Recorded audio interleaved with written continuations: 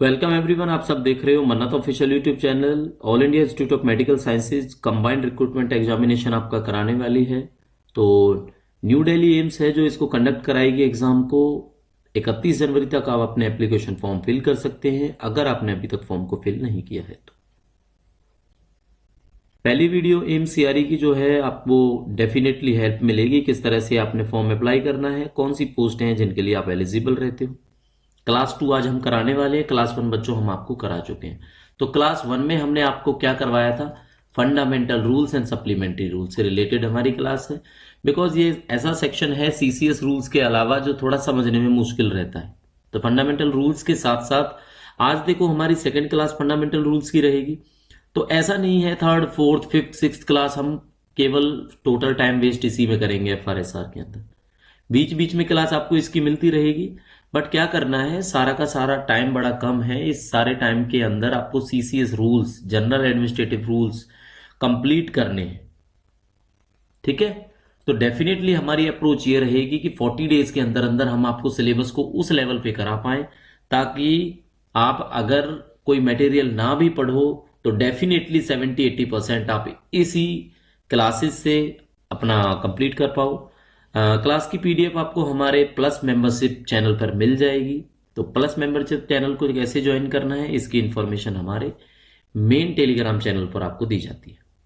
तो साथियों स्टार्ट करते हैं आपकी class number 2 fundamental rules and supplementary rule.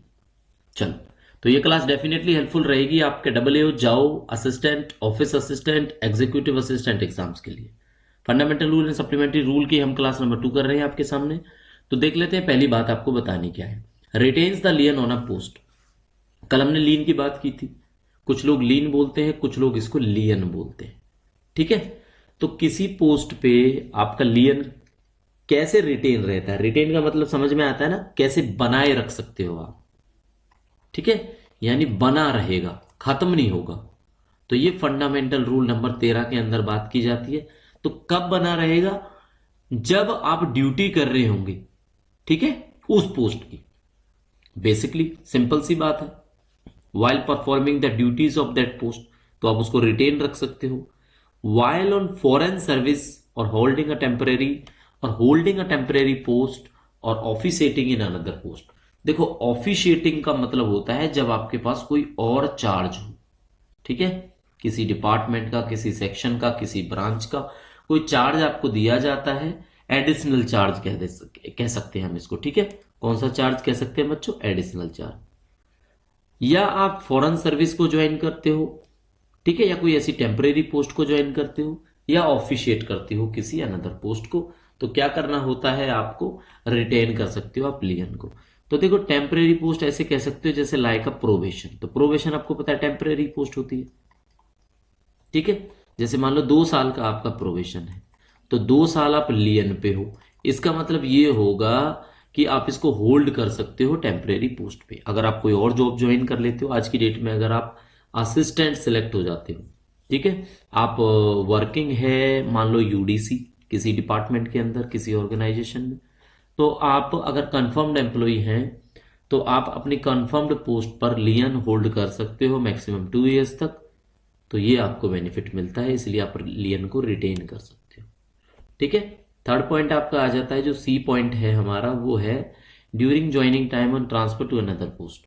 जब पोस्ट का ट्रांसफर होता है ज्वाइनिंग टाइप के टाइम पे, तो आप इसको होल्ड कर सकते हो। Unless he is transferred along with his title to a post on lower pay, in which case his lien is transferred to the new post from the date on which he is relieved of his duties in the earlier post.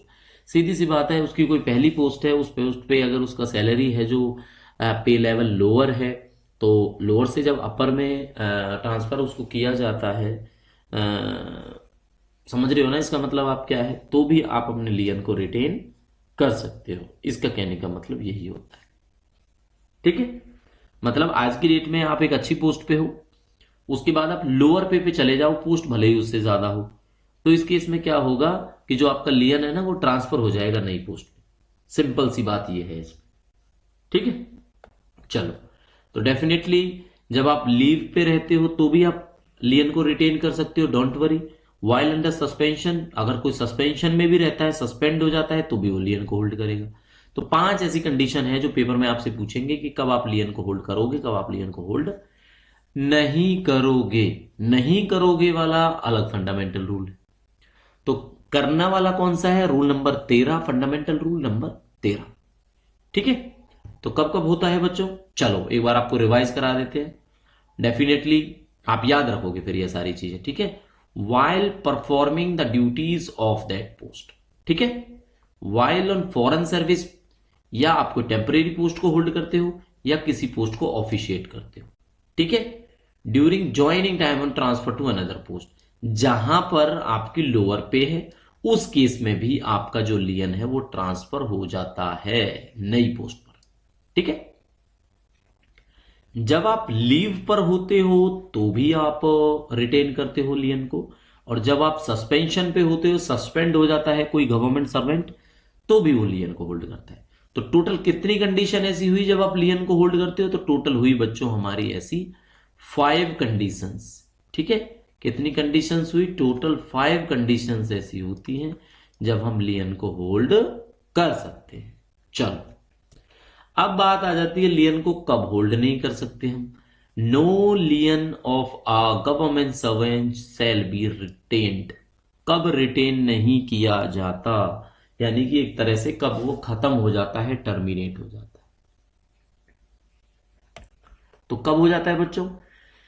Where a government servant has proceeded on immediate absorption basis to a new post or service outside his service cadre या post in the government from the date of absorption। देखो absorption होता है कोई दूसरी post को आप absorb कर लो। ठीक है, कहां से? आउटसाइड द सर्विस कैडर या पोस्ट। उस सर्विस उसके आउटसाइड वाली पोस्ट होती है, वो आपके जो मेन जो आपका कैडर है, जैसे मान लो आपका मिनिस्ट्रियल कैडर है, ठीक है, टेक्निकल कैडर है, रेवेन्यू कैडर है। ओके, इस तरह के जो कैडर्स होते हैं, एडमिनिस्ट्रेटिव कैडर, मतलब लाइक दिस। तो इनके अलावा अगर आप किसी पोस्ट को एब्जॉर्ब कर लेते हो, ठीक है, तो क्या होगा? अब आपका जो लियन है वो बच्चों नहीं माना जाएगा। ये कंडीशन। चलो दूसरी कंडीशन के लिए क्या है, अब आपको समझ नहीं आएगा जो हमने लिखा था, ये पहले हमें रब करना पड़ेगा। ठीक है, बिकॉज जो जगह है वो हमने यूज कर लिया आपको समझाने के लिए। चलो डोंट वरी, कोई बात नहीं।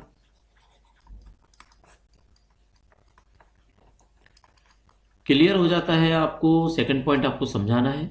चलो देख लेते हैं आपका सेकंड पॉइंट। तो देखो बच्चों सेकंड पॉइंट क्या है। सेकंड पॉइंट है on foreign service deputation beyond the maximum limit admissible. जब आप फॉरेन सर्विस पे जाते हो तो हमने आपको बताया था कि आपका जो लियन है वो होल्ड रहता है, रिटेन कर सकते हो आप। लेकिन ये जो बच्चों बात है ना, एक लिमिट है कितनी बार आप फॉरेन सर्विस पे या डेपुटेशन पे जा सकते हो। ठीक है, अगर उस लिमिट को आप क्रॉस कर जाओगे, ज्यादा से ज्यादा बार आप कर पाओगे, तो क्या होगा? जो आपका लियन है वो नो लियन हो जाएगा। ठीक है, तब आपको लियन नहीं मिलता। तो दो बातें हैं जो हमने आपको बताई कि लियन कब मिलता है कब नहीं मिलता। तो डेफिनेटली इनको हम आपको समझाने की कोशिश करेंगे दोबारा से। तो फोकस आपका रहना चाहिए एब्जॉर्प्शन बेसिस पे। अगर आप किसी पोस्ट को अपने सर्विस या कैडर या पोस्ट के अलावा ज्वाइन कर लेते हो तो लियन रिटेन नहीं कर सकते। फॉरेन सर्विस और डेपुटेशन के केस में हो जाता है ये, अगर आप लिमिट को क्रॉस कर जाते हो। ठीक है, कि इससे ज्यादा बार तो भाई आप डेपुटेशन पे नहीं जा सकते अगर लियन आपको चाहिए तो होपफुली 7-8 मिनट की क्लास के अंदर आपको इंटरेस्टिंग फैक्ट आज पता लगे होंगे। कुछ बच्चे ऐसे होंगे जो फर्स्ट ये क्लास हमारी अटेम्प्ट कर रहे होंगे। तो डेफिनेटली बच्चों इससे पहले भी हमारी क्लास हो चुकी है, वो देखना। यूट्यूब चैनल पर नेटर के बारे में हमने पढ़ाया, उसमें बड़ी क्लासेस हैं, आपकी सारी की सारी काम आएंगी। ठीक है, तो वो क्लास 1 से ही आप स्टार्ट कर दो पढ़ना। बाकी हम एम्स सीआरई की क्लासें यहाँ पे लेते रहेंगे। ठीक है, तो वीडियो अच्छी लगती है तो लाइक जरूर करना, कमेंट करके बताना वीडियो आपको कैसी लगी। नेक्स्ट पॉइंट पे बच्चों बात करेंगे गवर्नमेंट सर्वेंट का जो लियन है ना, वो किसी भी सरकमस्टांसेस में टर्मिनेट नहीं हो सकता, चाहे उसने बिना लियन लिए किसी पोस्ट को ज्वाइन कर लिया। ठीक है, कहने का क्या मतलब है, कोई भी गवर्नमेंट सर्वेंट का जो लियन है वो टर्मिनेट नहीं हो सकता, चाहे वो बिना लियन के उस पोस्ट को छोड़ के चला गया हो। ये है आपका रूल नंबर 14A। क्या बोलता है रूल नंबर आपका 14A? ये यही बोलता है, ठीक है। यानी कि लियन है ना, जो वो आपका हक है, हक, इसको आप मांगो या मत मांगो, मत मांगो। जब मांगोगे तब आपका, पर कब तक? विद इन 2 ईयर्स तक, ठीक है, मैक्सिमम। तो याद रखना है रूल नंबर 14A ये बात बोलता है कि किसी भी केस में आपके उसको टर्मिनेट नहीं किया जा सकता। अगर आपने लियन नहीं मांगा है, मेंशन नहीं किया है, तो आप दोबारा मेंशन करके भी मांग सकते हो लियन, ठीक है। चलो, हिंदी में शायद इसको ग्रहण अधिकार बोलते हैं, तो समझ में आया होगा आपको। ग्रहण अधिकार, पहले वाली पोस्ट को ग्रहण करने का अधिकार मिलता है आपको, ठीक है। चलो, the president may transfer government servant from one post to another post provided that except. Bharat के राष्ट्रपति ही हैं जो आपको एक पोस्ट से दूसरी पोस्ट पर भेज सकते हैं, किसके अलावा? जब आपकी इनएफिशिएंसी हो या मिसबिहेवियर हो। भाई, इनएफिशिएंसी और मिसबिहेवियर करोगे तो राष्ट्रपति जी थोड़ी आपके लिए कोई ऑर्डर लाएंगे, ठीक है। और या फिर आपको लिख के दे दो कि सर मेरे को ये पोस्ट से हटा के मेरे को AA बना दो, तो भी नहीं करेंगे राष्ट्रपति जी। तो सिंपल सी बात है, करने में वो अपनी किसी पे जो है एक कृपा बरसा सकते हैं, भारत के प्रधानमंत्री, सॉरी, राष्ट्रपति जी। लेकिन ये बात डेफिनेटली मैं आपको क्लियर कर देता हूं, किस पर बरसाएंगे वो कृपा? जो मिसबिहेव ना करता हो, इनएफिशिएंसी ना रखे और रिटर्न रिक्वेस्ट ना दे, ठीक है। स्पेशल केसेस हैं, ऐसा नहीं होता है। अगर होगा तो राष्ट्रपति जी की शक्तियों में निहित है ये, फंडामेंटल रूल नंबर 15 में ये बात कही गई। चलो, याद रखना ये बातें। नेक्स्ट देख लेते हैं बच्चों, subscribe to a provident fund, a family pension fund. ये देखो क्या है, ये है मैंडेटरी। क्या है बच्चों? मैंडेटरी है, अनिवार्य है ये चीज। क्या चीज अनिवार्य है? कि आपने या तो कोई पीएफ अकाउंट को एब्जॉर्ब करना है, मतलब यूज क्या बोलूं इसको, या तो कोई पीएफ अकाउंट आपने लेना है, या फैमिली पेंशन का कोई फंड है, जैसे लाइक जीपीएफ होते हैं, ये आपने लेना है, लेना जरूर है, चाहे एनपीएस आपने लेना है, ठीक है। ये फंडामेंटल रूल नंबर 16 के अंदर बात बताई जाती है। ये मैंडेटरी है भाई गवर्नमेंट सर्वेंट के लिए। चलो, कोई भी गवर्नमेंट सर्वेंट ऐसा नहीं होगा जिसको किसी भी टाइम, किसी भी टाइप की लीव 5 साल से ज्यादा दी जाए, ठीक है। तो पेपर में पूछा गया था ये, मैं आपको चलो यहीं पे क्लियर कर देता हूं। AA के एग्जाम में 2023 में एम्स CRE में पूछा था ये सवाल, ठीक है, कि भाई 5 साल से ज्यादा छुट्टियां अलाउड नहीं होती। तो टाइम पूछा था कितने साल से ज्यादा नहीं होती। तो मैं आपको रूल भी बता देता हूं, फंडामेंटल रूल नंबर 18, ठीक है। चलो, दूसरी चीज बताने से पहले डेफिनेटली इसको हमने रब करना पड़ेगा, है ना। जगह हमें देखनी चाहिए थी जब रब हमने करना था। चलो, डोंट वरी, कोई बात नहीं, आपका ज्यादा से ज्यादा 30-40 सेकंड्स का टाइम लगेगा इसको रब करने का। चलो, डोंट वरी। तो क्लास को बच्चों डेफिनेटली फोकस्ड होके देखा करो, ऐसे देखने से आपका काम नहीं चलेगा। हमसे जुड़ना है, टेलीग्राम पे जाओ, इन्फॉर्मेशन मिलेगी। और आज जो ऑफर है उसकी लास्ट डेट है, ये बात आप याद रखना, ठीक है। टेलीग्राम पर जाओ और ऑफर आपको पता लग जाएगा क्या ऑफर है। चलो, डोंट वरी। देखते हैं आपका जो सेकंड फंडामेंटल रूल की किसकी बात हमने करनी है। सेकंड आ जाता है, एक इंक्रीमेंट दिया जाता है बच्चों, सॉरी दिया नहीं जाता, रोक लिया जाता है। अगर कोई बच्चा, कौन सा बच्चा? सेंट्रल गवर्नमेंट वाला बच्चा, यानी सरकारी कर्मचारी, ठीक है, कंडक्ट को अपना अच्छा ना रखे, अपने काम को सेटिस्फैक्टरी ना रखे, यानी कि जब एक एक वर्ड होता है अपार, ठीक है, ये एम्प्लॉय का होता है। क्या होता है इसका मतलब? इस अपार का मतलब होता है APAR, अपार। इसका मतलब होता है जो एनुअल परफॉर्मेंस अप्रेजल रिपोर्ट होती है, इससे पता लगता है आपका कंडक्ट गुड है या नहीं है, आपका काम कैसा है। अगर ये सारी चीजें गुड नहीं है, सेटिस्फैक्टरी नहीं है, कोई मिसबिहेव आपने कर दिया है, तो एक इंक्रीमेंट को विदहोल्ड कर लिया जाता है, ठीक है, एक इंक्रीमेंट मारा जाएगा आपका। तो ये रूल पूछ रहे हैं कि सेंट्रल गवर्नमेंट में जो ये रूल है, किस में है ये रूल? तो बच्चों ये रूल नंबर 6 के अंदर आता है, कोई जो अथॉरिटी है ना सेंट्रल गवर्नमेंट जो डेलीगेट करती है पावर को, वो रूल नंबर 6 के अंदर इस पावर को डेलीगेट करती है कि अगर कोई मिसबिहेव करता हुआ मिलेगा तो उस केस में क्या होगा बच्चों, उस केस में उनका जो इंक्रीमेंट है उसको विद होल्ड कर लिया जाएगा। तो रूल कौन सा है, रूल नंबर 6 है। यहां पे एक तरह से हमने आपको एक क्वेश्चन करा दिया, ठीक है। चलो अच्छा बच्चों, एक इन्फॉर्मेशन है आप सबके साथ शेयर करनी है। पीडीएफ है जो हमारी क्लास 1 की, जैसे ही ये क्लास कंप्लीट होगी इन ड्यू कोर्स आपको देखने को मिल जाएगी हमारे प्लस मेंबरशिप टेलीग्राम चैनल पर। बाकी वीडियो फ्रीली अवेलेबल है, आप कभी भी देख सकते हो हमारे यूट्यूब चैनल पर आकर, लेकिन पीडीएफ आपको केवल प्लस मेंबरशिप चैनल पर ही मिलेगी, ठीक है। चलो, subject to any general or special order that may be made by the president in the behalf, an authority may grant a premature increment to a government servant on a time scale of pay if it has power to create a post in the same cadre on the same scale of pay। यानी कि एक pre mature increment भी दे सकते हैं government servant को, लेकिन भाई साहब ये केवल राष्ट्रपति जी के आदेशों पर निर्भर करेगा। इतना ही समझना है, ज्यादा घुसने की आपने जरूरत नहीं पड़ेगी, ठीक है। तो फंडामेंटल रूल नंबर 27 के अंदर ये बात बताई गई है, याद आप लोगों ने रखना है, ठीक है। चलो अब क्वेश्चंस आ गए हैं, तो क्वेश्चंस डेफिनेटली आपको कराएंगे। क्वेश्चन नंबर 1 देख लेते हैं। An officer who is absent from duty without any authority dash entitled to any pay and allowances during the period of such absence. क्या मतलब है इसका, इसके ऑप्शंस देख लेते हैं कि कोई जो ऑफिसर वो एब्सेंट है ड्यूटी से विदाउट एनी अथॉरिटी, क्या उसको पे और अलाउंसेस मिलेंगे उस पीरियड के। तो शैल बी, एक वर्ड अगर आप यहां पे फिल करके देखो इस ब्लैंक के अंदर, तो आपको डेफिनेटली पता लग जाएगा क्वेश्चन है क्या, ठीक है। सपोज करो आप यहां पे सेल बी पुट करके रखो, तो इससे पता लगेगा कि हाँ उनको मिलेंगे। दूसरे से पता लगेगा कि उनको नहीं मिलेंगे। तीसरे ऑप्शन से पता लगेगा भाई हो सकता है मिलेंगे नहीं मिलेंगे। तो मे बी तो वर्ड हो ही नहीं सकता, मे बी इंटाइटल्ड है ना, या कोई सा नहीं होगा इनमें से, ठीक है। तो बच्चों बताओ क्या है, अगर कोई ड्यूटी से एब्सेंट है विदाउट एनी अथॉरिटी तो क्या वो होगा, शैल नॉट बी इंटाइटल्ड, ठीक है। तो ये वाला जो ऑप्शन है ना, ये डेफिनेटली आपका आंसर होगा। तो ऐसे ही क्वेश्चंस आपके पेपर में आएंगे, ठीक है। अब ये चीज क्या है, क्या है भाई, ये फंडामेंटल रूल बोलता है आपका नहीं मिलेगा ऐसा, ठीक है। अब ये फंडामेंटल रूल नंबर कौन सा है आप प्लीज मेंशन कर दो कमेंट में।